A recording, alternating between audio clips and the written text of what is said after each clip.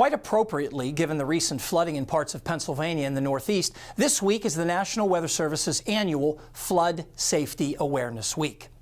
Many people don't realize that of all storm-related causes of weather fatalities, flooding ranks first on average over the last 30 years, ahead of lightning, tornadoes, and hurricanes, mainly because people underestimate the power of moving water.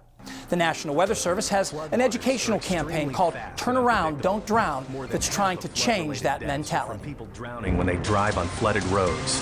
That looks really bad. We'll be fine. It doesn't look that deep.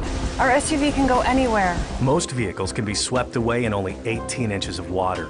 Just a few more inches will float larger vehicles like an SUV or minivan. Please, make the right decision.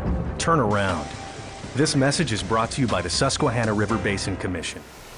The flooding this past weekend from heavy rain and snowmelt was significant in parts of south central Pennsylvania, but pales compared to what that combination did starting on this date in 1936, the infamous St. Patrick's Day flood, which to some extent we're still paying for today.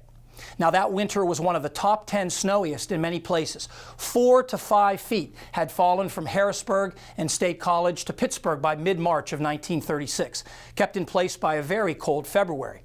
Then, in mid-March, a slow-moving nor'easter, not unlike last weekend's, dumped more than 5 inches of liquid in both State College and Williamsport, more than 3 in Harrisburg and Pittsburgh. In response, rivers and streams statewide went out of their banks. In Pittsburgh, the Ohio River crested 21 feet above flood stage. The Conemaugh at Johnstown, more than 11 above. The Susquehanna, 12 feet over at Harrisburg and 14 feet above at Williamsport. Here's where those crests rank historically. In the top 10 in the east, second highest in Harrisburg, Williamsport, and Johnstown. The highest on record in Pittsburgh. The point where the three rivers meet was 15 feet underwater, and about 2/3 of the downtown business district was flooded. Riverside steel mills were devastated. More than 100,000 people lost their homes, and total damage was estimated at $250 million. In Johnstown, nearly 1/3 of the city was flooded, and damage exceeded $40 million. And there's where we find the link from that flood to the present day. To raise money to help rebuild Johnstown, the Pennsylvania legislature imposed a 10% tax on all alcohol sold in the state.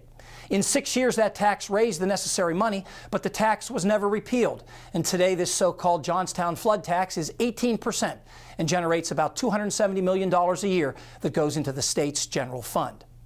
There's one other legacy of the 1936 flood. Later that year, Congress authorized that federal money could be used for flood control, and President Roosevelt visited Johnstown, promising $300,000 for use there. That was really the beginning of modern attempts to protect the flood-prone city. Paul is back with the extended forecast next.